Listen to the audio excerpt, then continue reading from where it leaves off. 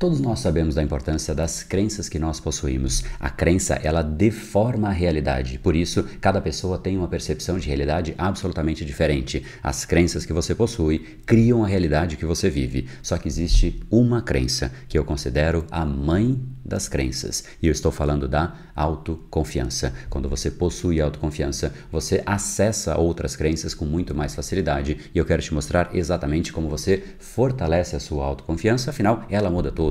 Muda o jeito que você fala, muda o jeito que você anda, muda o jeito que você gesticula, o jeito que você olha para as pessoas, e isso é algo que te torna muito mais instigante, muito mais seguro, faz bem para você e você se torna um polo de atração para outras pessoas. Afinal, a autoconfiança é sexy. Nós gostamos de estar perto de pessoas que demonstram autoconfiança. Afinal, existe um certo senso de segurança que nós queremos nos aproximar e você pode sim desenvolver. E hoje eu vou te mostrar 5 caminhos, 5 maneiras para você treinar e estimular a sua autoconfiança. Se isso é importante para você, acessar a mãe das crenças, imagino que é, então clica aqui na curtida para que você tenha mais conteúdos como esse e não deixa também de marcar, assinar para a gente se encontrar nos nossos próximos episódios.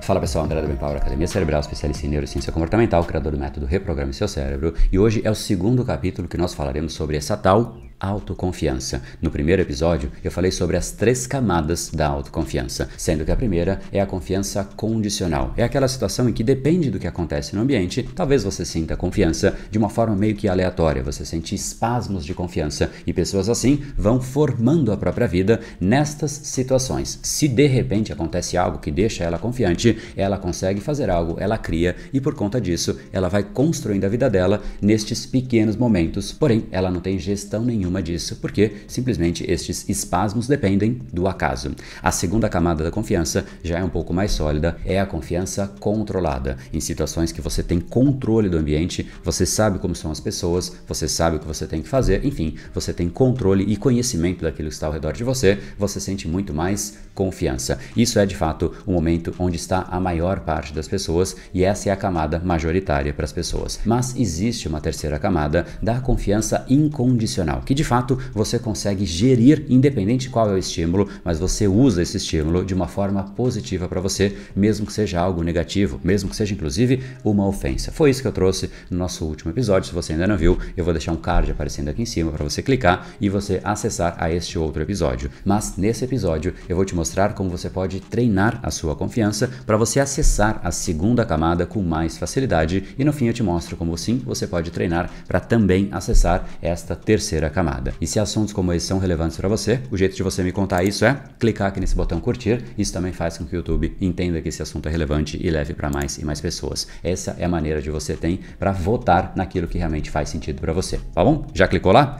Então vamos lá, agora 5 maneiras de você treinar a sua autoconfiança de uma forma consciente e estratégica e não mais de forma aleatória. A primeira forma é você efetivamente mapear. Você precisa fazer um mapeamento de como você reage frente ao mundo. Necessariamente, você precisa ser a pessoa que mais se conhece. Você não pode se surpreender com a maneira pela qual você reage frente ao mundo. Você precisa ser a pessoa que já sabe que em situações assim, você reage desta maneira e daquela situação você reage de uma outra maneira. Quando você começa a ter mais conhecimento de como você opera, você também começa a conhecer os seus padrões. Isaías Berlin diz: entender é reconhecer padrões. É exatamente quando você reconhece os padrões inconscientes que você tem, que você passa a se entender. E quando você se entende, você passa a ter a chance de gerenciar a si próprio. Se você nem se conhece, nem sabe aquilo que você está fazendo, de fato fica muito mais aleatório. Então, esse é o primeiro ponto, um mapeamento de como você reage frente aos estímulos que vão acontecendo no dia a dia, positivos e negativos. A segunda estratégia é você estar perto das pessoas certas. Isso vale inclusive pela internet, acompanhar, estar junto, olhar pessoas que trazem energia boa para você e não só uma energia positiva, mas também você consegue modelar o jeito que elas fazem as coisas, a maneira pela qual elas reagem para as mais diversas situações, porque aí você começa a entender como você pode reagir de uma maneira melhor, mais evoluída, mais madura, mais estratégica. E existem pessoas que conseguem fazer isso, é perto destas pessoas que você tem que estar. Se você fica perto perto de pessoas que, frente a uma situação, elas estouram, elas reagem e nem elas mesmas se orgulham do que elas fizeram, você vai acabar naturalmente modelando, aprendendo com o que elas estão fazendo e assim você acaba se tornando parecido com a pessoa que você não quer se tornar.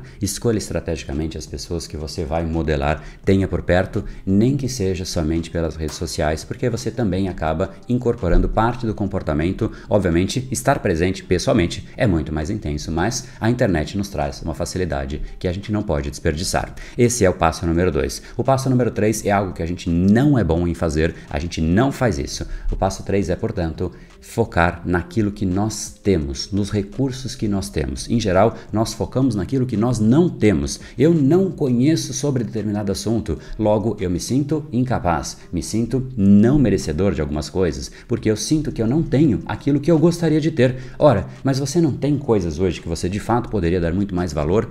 E a resposta é sim, um categórico sim. Seguramente você poderia estar fazendo muito mais hoje do que você já faz, estar muito adiante na sua vida, nos seus objetivos, com os recursos que você tem, mas a nossa mente vai para aquilo que a gente não tem. Poxa, quando eu tiver 1 milhão, 5 milhões, 10 milhões na minha conta, aí que eu começo a fazer. Quando eu estiver perto de uma pessoa assim, eu vou fazer. Quando eu souber aquilo, aí eu começo o projeto. A gente sempre coloca uma condicional futura, porque nosso foco está naquilo que nós não temos. Enquanto a gente continuar focando naquilo que a gente não tem, a gente se sente menor, inferior frente às situações. As pessoas que de fato sentem esse estado mental e acessam a autoconfiança com mais intensidade, elas olham para os recursos que elas têm. Essa é uma dica que eu te dou. Fazer uma lista de recursos e seguramente você vai se surpreender com a quantidade de coisas que você poderia conectar, usar os recursos, conhecimento, conteúdo, contatos, internet e de fato usar isso tudo a seu favor em prol dos objetivos de vida que você tem, do que se você jamais fizer essa lista. Então essa é uma excelente tarefa para você, fazer uma lista de recursos, aquilo que você possui. Vamos fazer isso aí? Queria de fato que você se comprometesse a fazer, não comigo não, mas um compromisso com você. Se você vai fazer a sua lista de recursos, escreve aqui nos comentários, lista de recursos, só para eu saber que de fato você vai incorporar isso e, de novo, seguramente você vai se surpreender com a quantidade de coisas que você já tem à sua disposição e como Steve Jobs falava, criatividade é a conexão de pontos que não são conectados anteriormente. Ou seja, você talvez comece a perceber coisas e recursos que podem ser conectados e de repente sai ali um projeto fantástico, uma parceria, algo que realmente pode mudar de patamar a sua vida. Quarta estratégia é algo que nós também não fazemos. Na verdade, nós fazemos o exato oposto mais uma vez. É exatamente aquele momento em que você tem um problema na sua frente. Qual é o rótulo que você dá?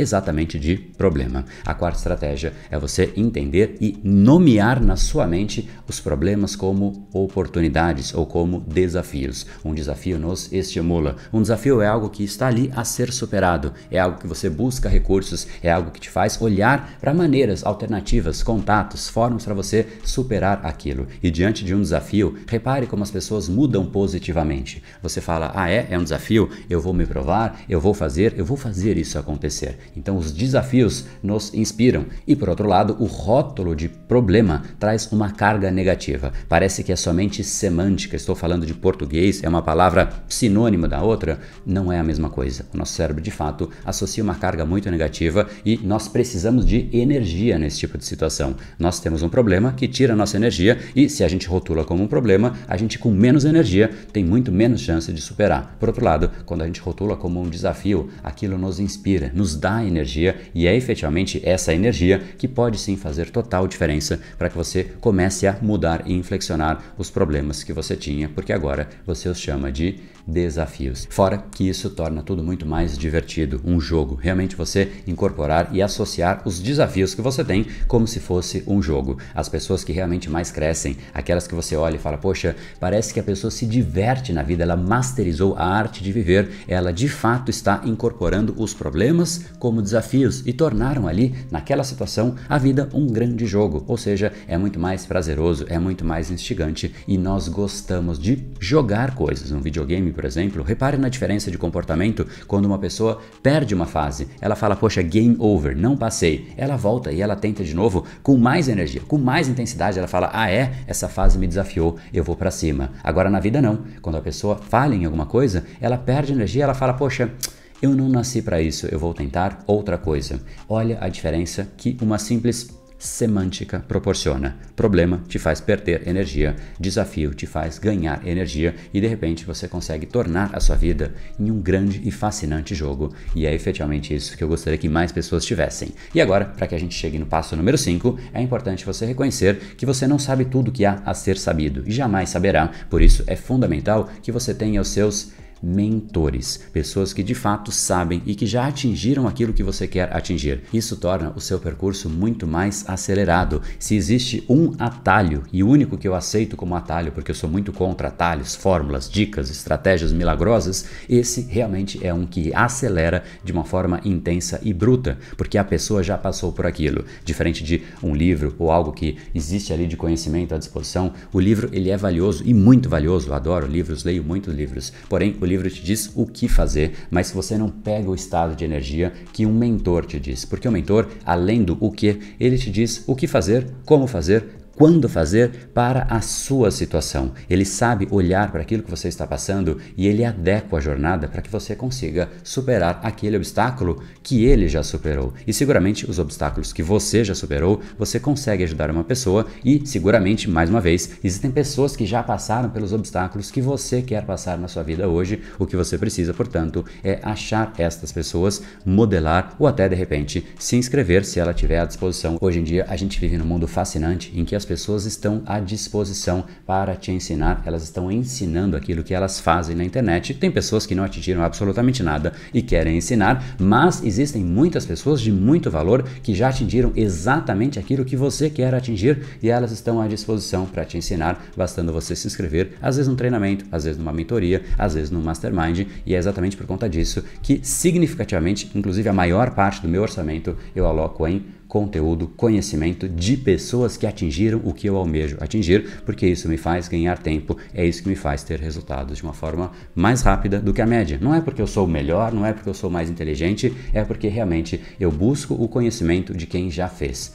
Tenha o seu mentor. E para isso, a etapa 0 para essa dinâmica é você identificar quais são as áreas da sua vida que você realmente quer desenvolver. Pessoas que realmente podem te ajudar naquilo que é importante para você, mas passo 0 é você saber o que é importante para você. Agora, se você realmente quer treinar, estimular a sua autoconfiança e de repente acessar aquela terceira camada, que é aquela situação e aquele momento em que não importa o que acontece ao redor, mas você sabe canalizar a energia de uma forma positiva e você treinou, condicionou o seu cérebro para tal. Se você quer então aprender sobre isso, é exatamente isso que eu ensino de uma forma aberta para realmente te mostrar e ensinar como eu fiz, como eu já fiz com dezenas de milhares de alunos, para que você treine e estimule o seu cérebro. Para isso, é só você entrar aqui em brainpower.com.br/confiança. Vai ser um webinário, uma masterclass que eu te mostro exatamente como você entra nesse ciclo virtuoso positivo de dia a dia ir treinando, fortalecendo o que é a mãe das crenças, a autoconfiança, que em última instância define o seu tamanho. E a gente fecha nosso bate-papo com essa frase: você é do tamanho da sua autoconfiança. A gente não para perceber as implicações e a relevância da autoconfiança na nossa vida, mas guarde mais uma vez essa frase: você é do tamanho da sua autoconfiança. E eu quero saber, pra gente de fato encerrar agora, qual das 5 dicas que eu te passei, qual das 5 estratégias realmente mais conectou com você e qual você vai colocar em prática em primeiro lugar. Qual é a estratégia? Coloque aqui, não é um compromisso comigo não, é um compromisso com você. Para te ajudar, a gente vai deixar aqui no canto as 5 estratégias. Qual destas 5 você vai colocar em ação em primeiro lugar? De novo, esse é um compromisso que não é comigo, é com você. Quando você escreve, você fortalece e aumenta a chance de realmente implementar. Se isso é importante para você, escolhe uma aqui e coloque em ação, porque é efetivamente a ação que te transforma, não somente o pensamento, não somente o desejo. Escolhe uma lá, então, manda ver, te encontro no nosso próximo episódio. Para você não perder nenhum episódio daqui, marca aqui embaixo, se inscrever e ativa o sininho e a gente se encontra por aqui. No brain, no game. Até mais.